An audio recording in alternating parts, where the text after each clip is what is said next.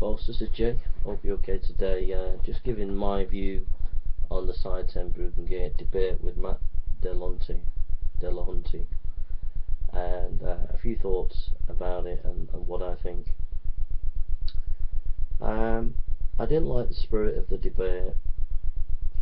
I thought the atheists were very rude. I thought the way they conducted themselves in the debate is disgusting, and it just mesmerizes me that the atheists think they're rational when they take away people's freedom of speech. I'm probably one of the most famous Christian apologists on YouTube, next to Bible Thumping Wingnut, G-Man, Sye Ten Bruggencate. I had to close my channel down, Atheist Examined, because I was threatened by atheists in Manchester. I've had atheist apologists writing blog posts about my depression when they're not psychiatrists. I've had atheists try to section me. I've had atheists getting the police onto me when I make a video against atheism.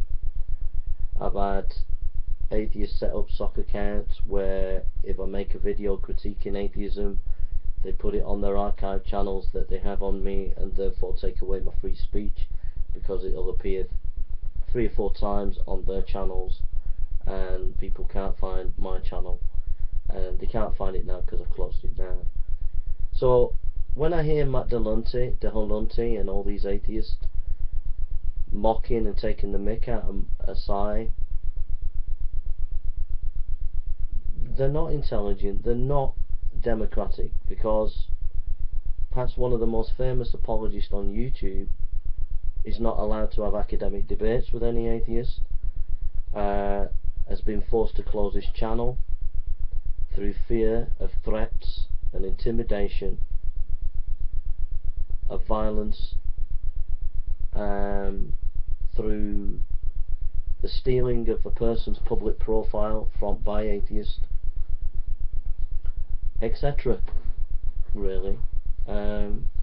So I kind of think, you know, these meetings that atheists have around the world where they sit in these debates where they do take the mick out of Christian apologists, I've kind of find that you haven't got an argument because you've lost, because you do take away people's freedom of speech. You know, you get the Freedom Foundation, Dan Barker's crew, they'll go around, they'll say to Christian councils, authorities, oh, you can't have a religious symbol or a religious text in the park. They'll get it pulled out, and then the next week they'll have their own secular piece of literature or a stone monument in the park. And it's double standards. So I think that, generally speaking, atheists are not willing to have academic debates generally. Matt Dillahunty was dragged into this. He didn't want to do it. He went into it kicking and screaming. And then the lies and the shenanigan that he and his compatriots have thrown out against Sye Ten Bruggencate, all the, you know, they can't just leave it at a debate. They've got to spin and lie against him and say he's a liar and put all these restrictions on him, that he can't do this, he can't do that with the video recording of the debate, and it's just ridiculous. There isn't an atheist out there who could beat me in academic debate on the resurrection. Not Matt Dillahunty, no atheist out there of any shape or size of ability knows as not even a fraction amount that I know on the resurrection of Christ and the scholarship of that.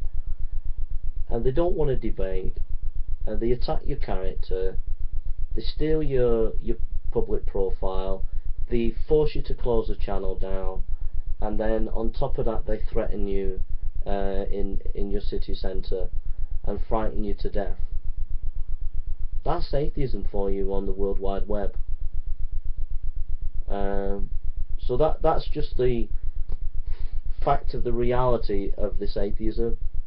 They have silenced me as a Christian apologist, one of the most learned apologists on the resurrection in the world.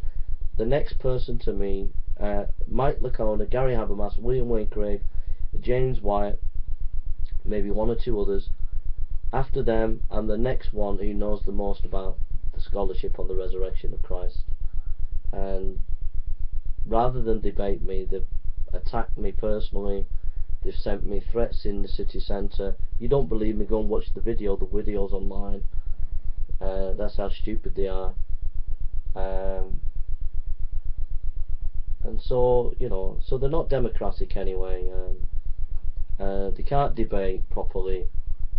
Matt Dillahunty went into this screaming, and now he's spinning lies against Sye Ten Bruggencate. Now on to the actual content of the debate.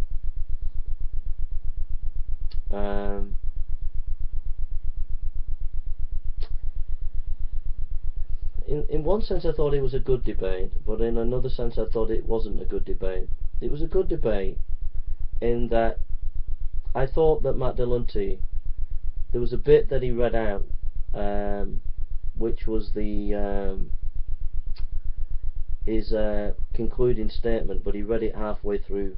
He decided to read it out, and I thought he'd done a good job in doing some research on the issue of the topic in hand about truth and presuppositionalism, and I thought that was really good that he did that.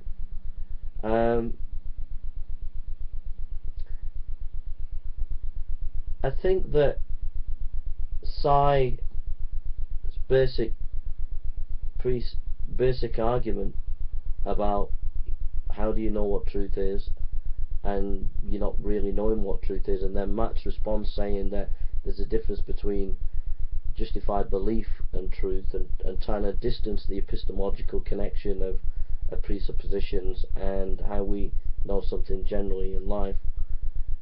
I don't think it worked. I think that you can't do that. I think that the two are connected and interlinked, and I think for that reason he lost the debate. He lost the debate because he didn't really ultimately face the main challenge that Sye brought to him on what is truth.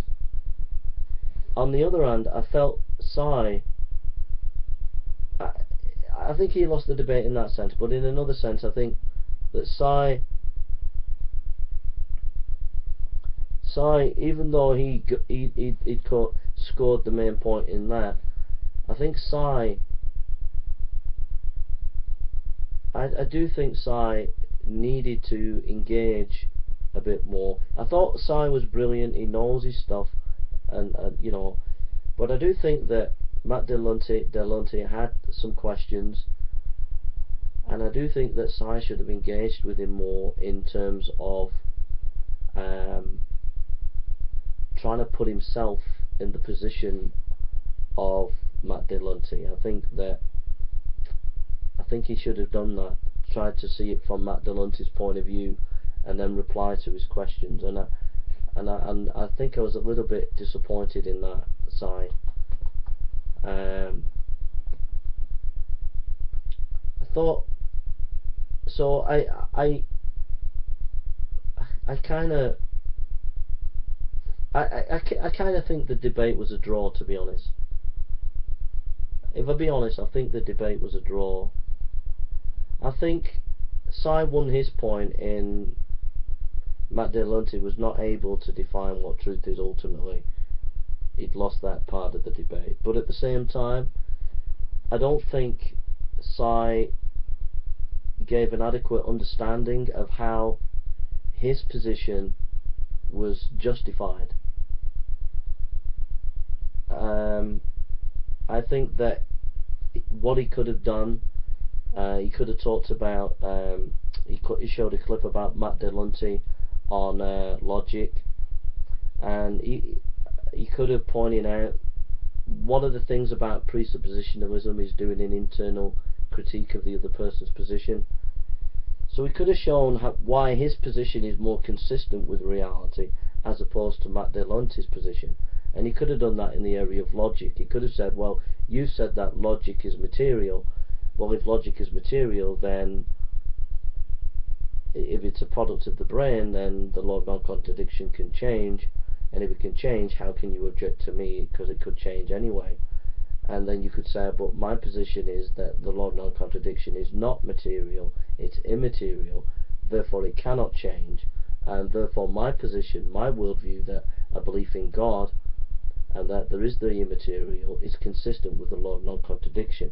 And so I would have done a more of an internal critique of Matt Dillahunty, and also shown how my worldview is consistent with the law of non-contradiction. And I think that's where the weakness in the debate from Sye's position is.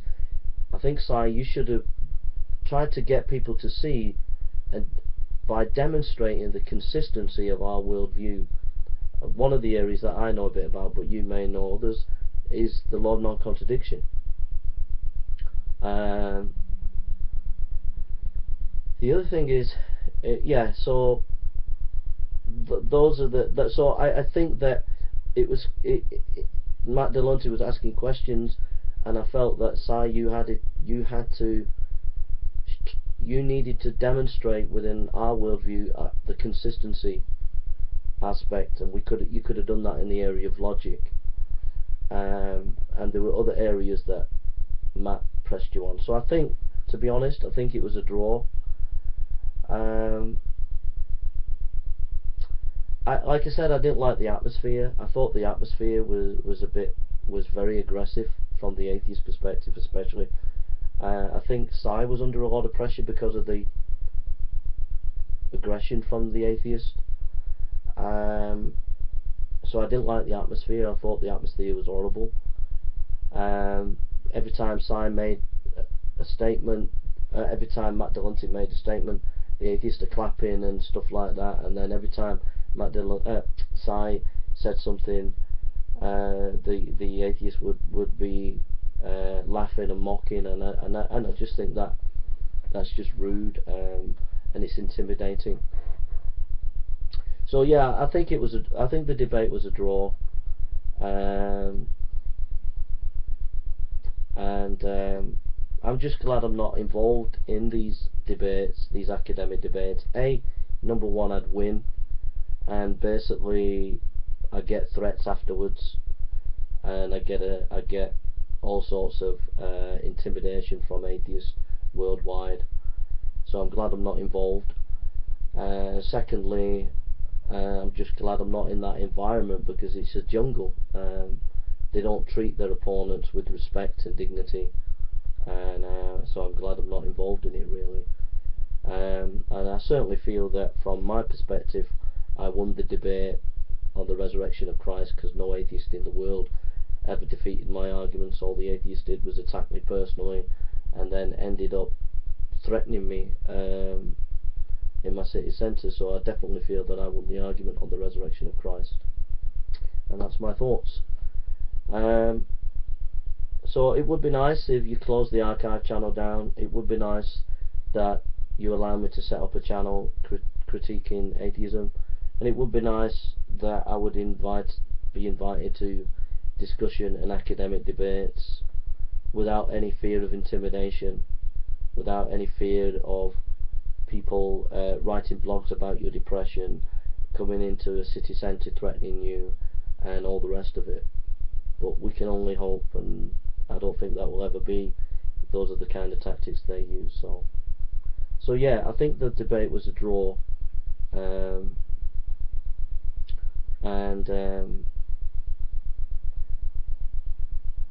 like I said, the whole point of presuppositionalism is you do an internal critique of your opponent's position, and then you show the consistency of your worldview. And I thought Sye's good at showing the inconsistency of the other person, but he has to show the consistency of our position, and for that reason I call it a draw. Alright, thank you for listening, and God bless you.